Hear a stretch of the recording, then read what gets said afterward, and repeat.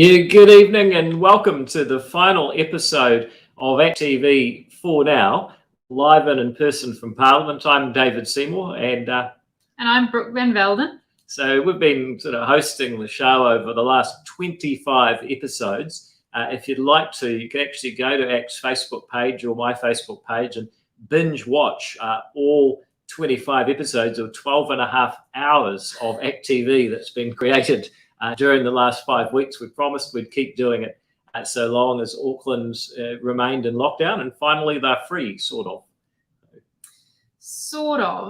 I mean, my thoughts really do go out to everybody in Auckland. It might be amazing for some people that you can go off and get your KFC and your takeaway cup of coffee, but we know it's still hard, so we're still thinking of you. I actually think it's unfair how much free advertising KFC have got from this lockdown period. Let's think about the other hardworking takeaway chains right across Auckland. There's McDonald's, Subway. Who else is out there? We're going to let go of pizza. Oh, sure. I mean, you've got your Domino's. But there's also a lot of really good, what you might call your ma and pa stores, a lot of restaurants getting ready to do click and collect.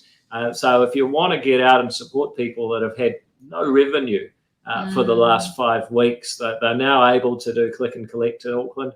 Your favourite restaurant can't go there under level 3, which is a real shame, but there may be ways you can support them. And I've been talking to restaurant owners who've been actually really using this time to innovate, as business people so often do, so they can provide and work all through this level 3 period, however long it may be. So we've had a good day in Parliament today.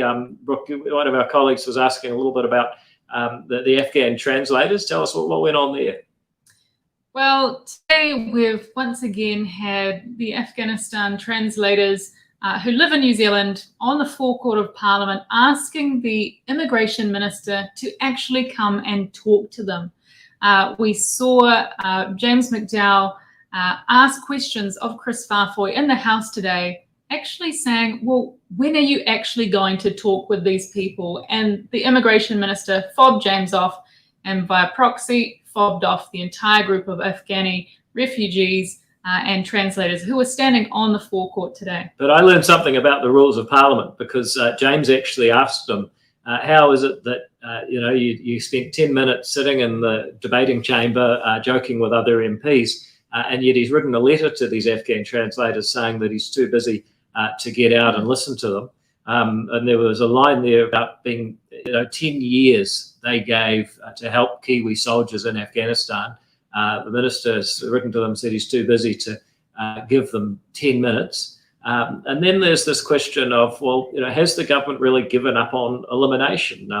Brooke, what do you reckon? Is this really still elimination? If it's not working at level 4, is it going to work at level 3? Look, I think the government doesn't actually know what it's doing, but they have taken on board what we were saying a few weeks ago, which is that they've moved to suppression rather than elimination. And I think the government is responding to a general sense of fatigue that's in the community. And I think they're slowly realizing that they're losing the battle. I asked the Prime Minister in question time, it said, can you name any other party, any other country that had New Zealand's natural advantages of isolation, also a population that follows the rules, but it's a wealthy country, a spread out population and a young population, any other country that had all those natural advantages going into COVID. She couldn't name one. She said, oh, that's why we've done well. So I said, well, Prime Minister, why didn't you add to that list our government's response? She said, oh, that was implicit. So I think the truth is finally starting to come out. And, we don't try not to take too much glee out of their failings because it's costing everybody so much. But what is clear is the things we've been saying, that we need a government response that is much, much more nimble, much more prepared to use technology. Where's the rapid antigen testing? Where's the saliva testing? Where's the contact tracing? And where's the Vaccination Act? Those questions are only going to get louder as the drums beat and people want to get on with their lives. As we've seen over in Australia, we've got a question here. Are the government looking at introducing measures like Australia that are causing chaos with the construction sector? I don't know, Brooke, what do you reckon? I don't think they are at this point. I mean, we've seen compulsory vaccination for border workers. I think we're seeing it being asked for in places like the aged care sector and rest homes.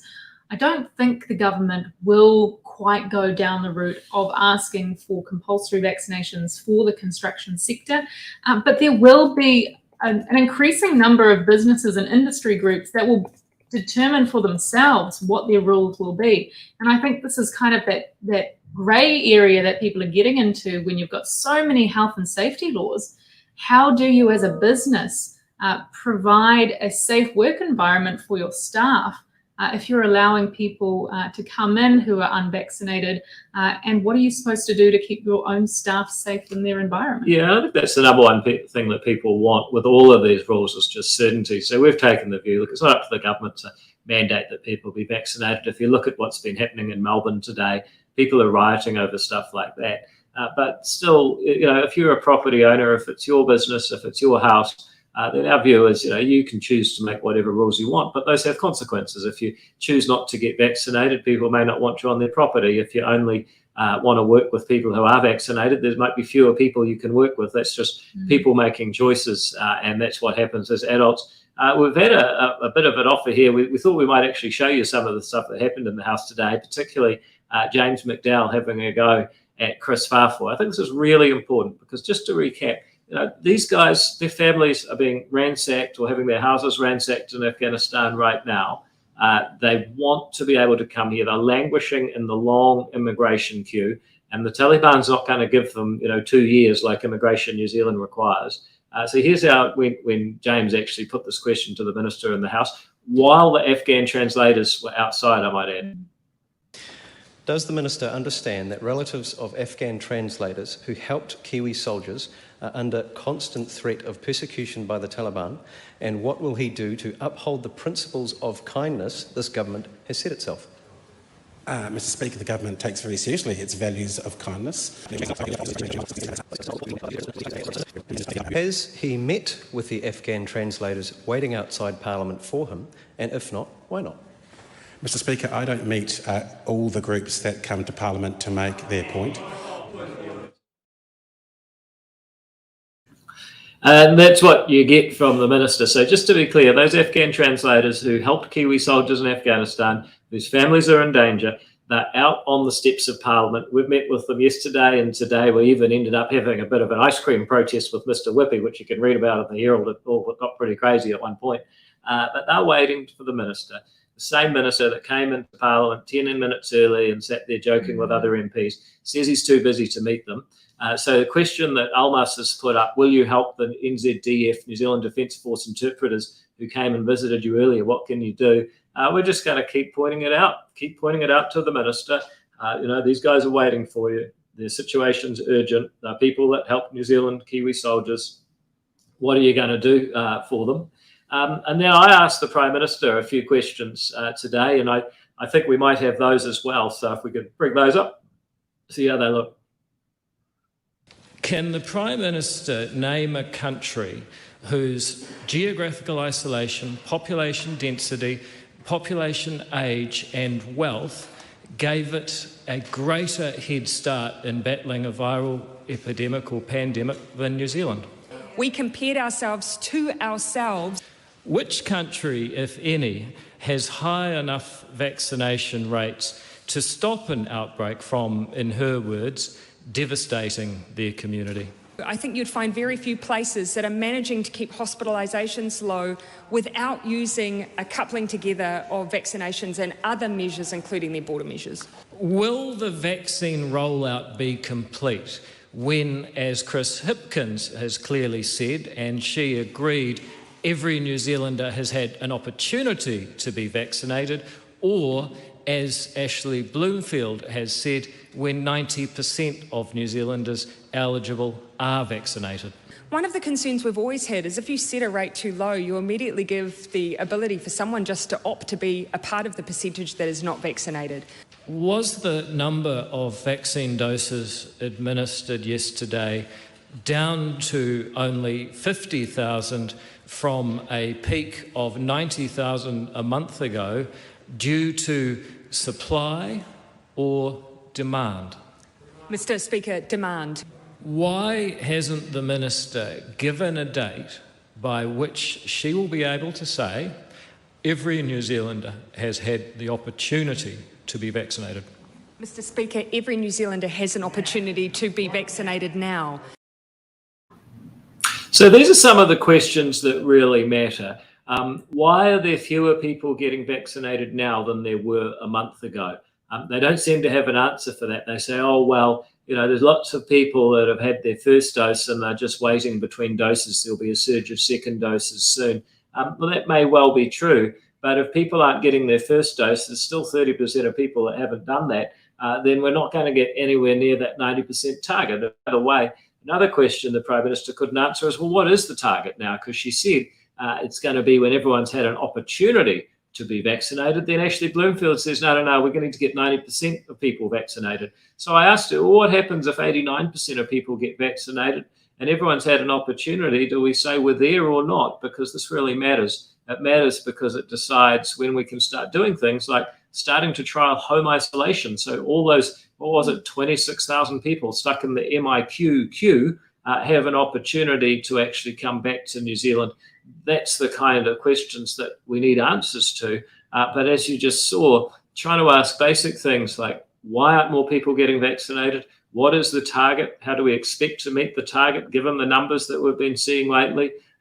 Those are not really the sorts of issues that the Prime Minister is prepared to give a clear steer on. And we know from the point of view of a lot of people in business that really matters. Meanwhile, she also said that James Shaw, the leader of the Green Party, or James Offshore, as we've been calling him lately, is going to be able to go to Glasgow with 15 advisors. And what's really fascinating about that is that Damien O'Connor, the Trade Minister, he went to the UK with just 2 advisors. Now, I don't know what you make of that, but it sounds like James needs a lot more help to go to this COP, or Conference of Parties, as they call it, number 26 meeting.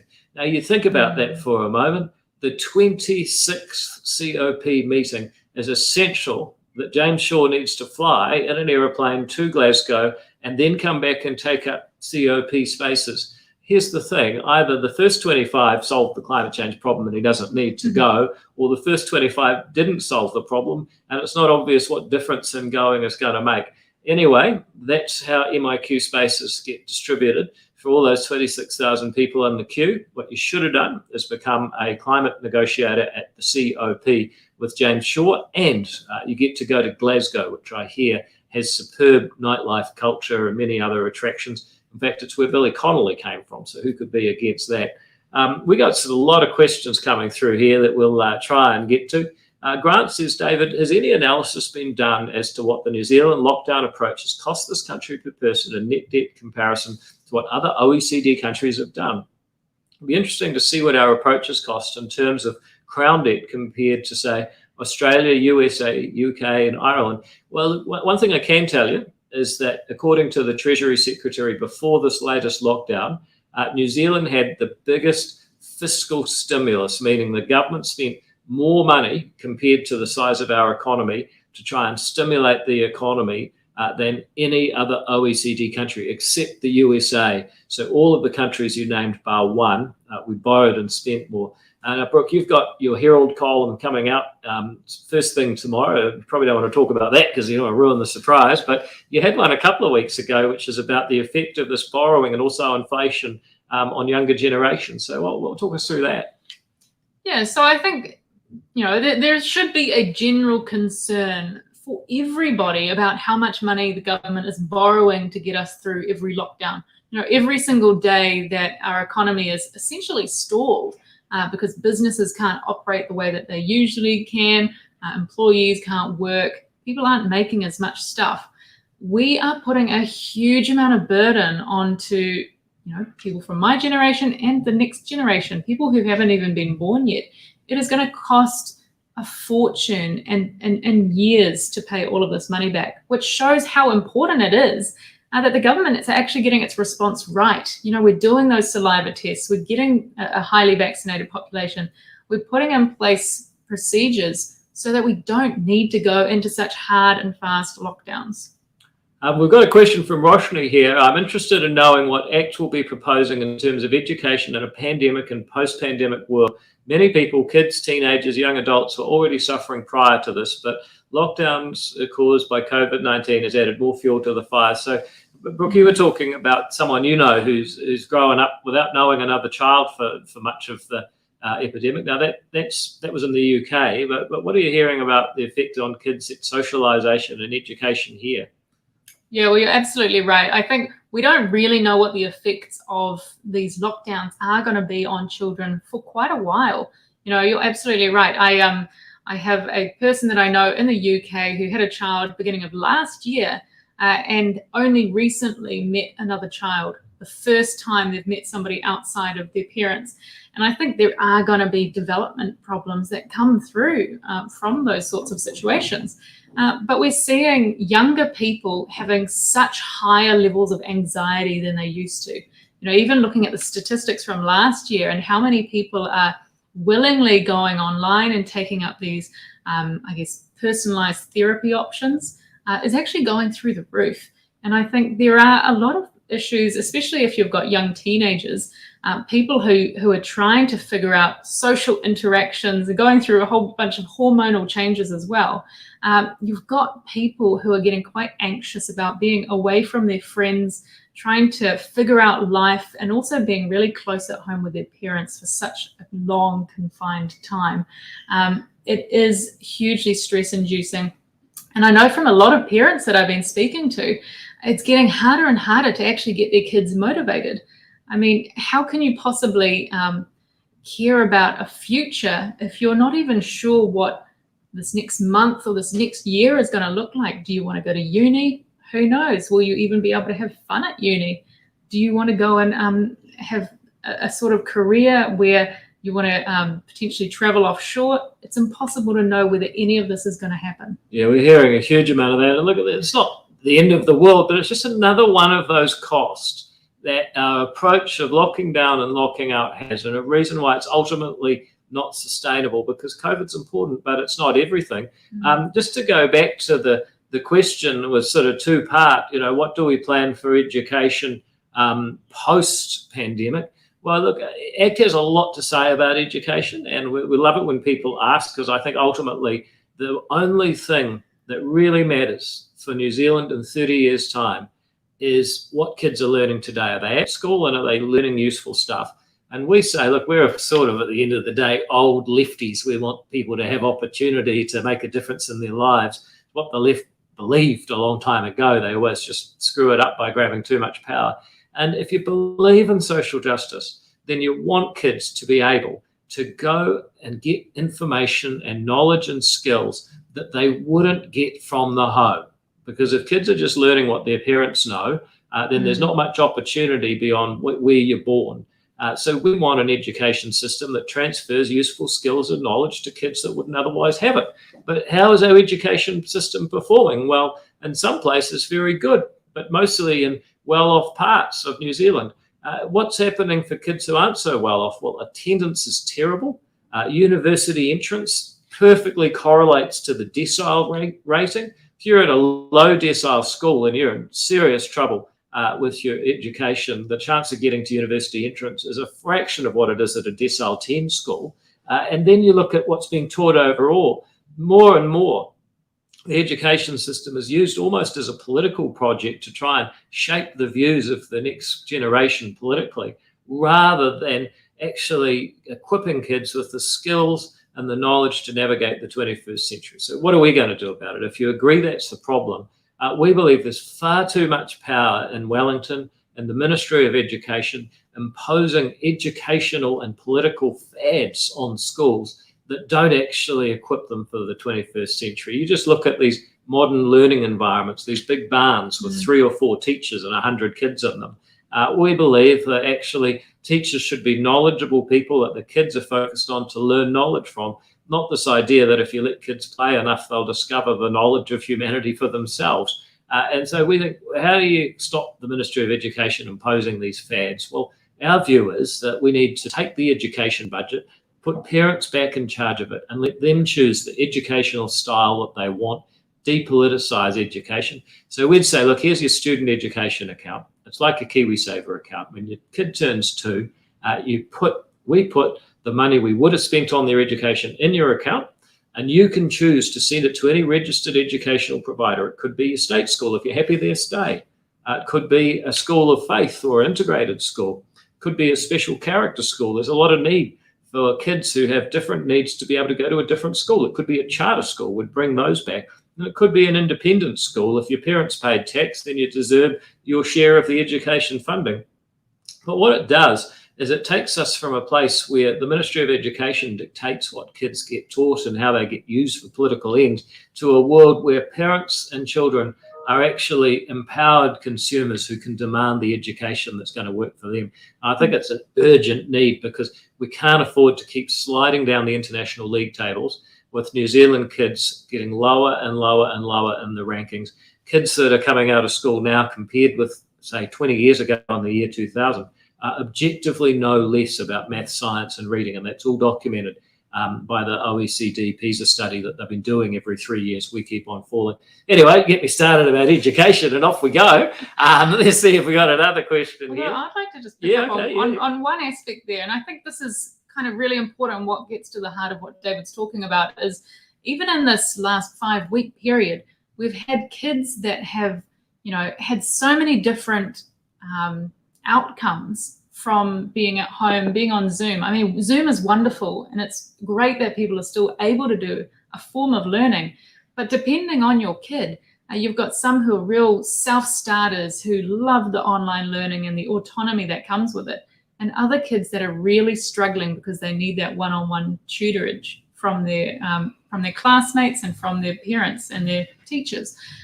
So having a system where it's not just one size fits all for every kid is so important, because even in this tiny little window, we've had some kids that do extremely well with Zoom and others that just really need that face-to-face. Yeah, and again, it's kids that need the most help, that need to actually be physically there, attending school and getting transferred valuable skills and knowledge. It's kids that probably would have done well anyway, that are going to adapt to this new environment. Now, that's a generalization, but like I said, ultimately I'm an old lefty. If you believe in social justice, you want to give kids opportunities to get knowledge they wouldn't have got in the home, so they can make their own way in the 21st century. We got a question here. What does the ACT philosophy offer to a society recovering from COVID-19? And let me just mix that in with a few other questions we've got. What will politics look like for the rest of the year? Feels like COVID is hiding government changes. And what the next question is, how much is the government borrowing and what is the strategy for paying it back? So we had a few questions. Basically, what happens next? Well, a few things that the ACT philosophy offers. Number one, we need to work on this debt. And the borrowings forecast on a 4-year basis. So 2020, 2021, next year and the year after, they forecast 4 years at a time. 140 billion of extra government debt. That is what the next generation and the current generation of taxpayers, for that matter, are saddled with as a result of this government's handling of COVID-19. That's before you talk about all the money printing and the inflation that's put into things like the housing market, which for younger people is a separate but very large problem. So we believe that we need to pay that debt back, and what ACT's philosophy offers is that we are always the ones there saying, is this a sensible use of taxpayer money?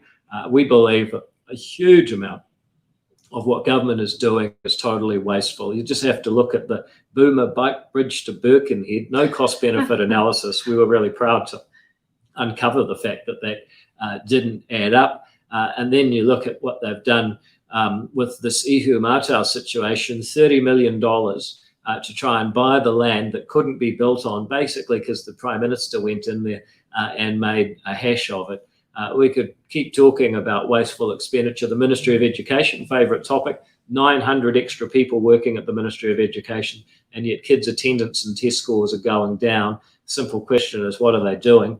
It appears the answer is not much. We could streamline that. 900 people, well, if they're earning $100,000 a year on average, and they nearly are if you take the full cost of employing them, well, that's actually $100 million that you could get straight off the bat. saved for actually paying teachers more, for example, or just reducing taxes or cutting debt. We laid it all out in our alternative budget, which came out in May. You can find that under policies on our website. We show a clear pathway, reducing wasteful spending, reducing taxes, and reducing debt all in one go. And that's the kind of thing that we offer. But to go back to the other question, what's happening with politics for the rest of the year? It feels like COVID is hiding changes. I mean, you look at the Zero Carbon Act, the fresh water laws being put on farmers, the employment law changes, particularly the fair pay agreements. Our view is we've got to stop this philosophy of dividing people based on who they are and what their background is, and dividing wealth. What we need to do is unite people around conditions that will create more wealth. So we're on the side of the entrepreneur, the self-starter, the risk taker, the person that actually wants to make tomorrow better than today through their own efforts. So how am I going, Brooke? Is that about right? Sounds about right. Yeah. But yeah, one thing that I would say about politics for the rest of this year is we don't actually have that many more days left in what's called Parliament's sitting calendar for when the government can actually pass their laws through.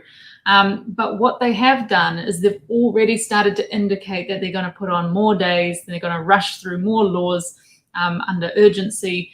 And you've even seen it with the counter-terrorism legislation bill that Nicole spoke to really well in the House today, saying it just seems insane that you're going to rush through a law when the whole reason that we're putting this law through is because the previous one was rushed. So there's all of these things, and we've got the interest deductibility rules coming through with the new tax changes. There's a whole range. But like the government loves to operate, they never let us know what's actually going to come up until it's the week that it comes up. Yeah, and how could we forget the counter-terrorism laws rushed through Parliament today. Once again, a captain's call from the Prime Minister, the same as what happened after our nation's tragedy in Christchurch. She said, we will pass a law. What will it do? Don't know. We're going to pass one, so we seem to be doing something. It's political theatre rather than actually carefully making laws properly. And the ACT Party says if it's worth doing terrorism laws, it's worth doing them well. This rushed approach that, funnily enough, ACT, the Maori Party, and the Greens all voted against. I mean, that's either a very unholy alliance or it's telling you something's not right. We think that, if anything, after the tragedy of Linmore, we should have paused, asked ourselves what we can learn from that event, and then possibly taken longer to upgrade the terrorism laws. Instead, they've rushed them through. Now there's going to be an inquiry from some of the agencies involved. The whole response is so uncoordinated. Every party other than the Greens, Labour, and Greens, Maori, and ACT, in other words, the National Party and Labour Party, like two peas in a pod, got involved in this political theatre, rushing these laws through it. We just think it's completely wrong.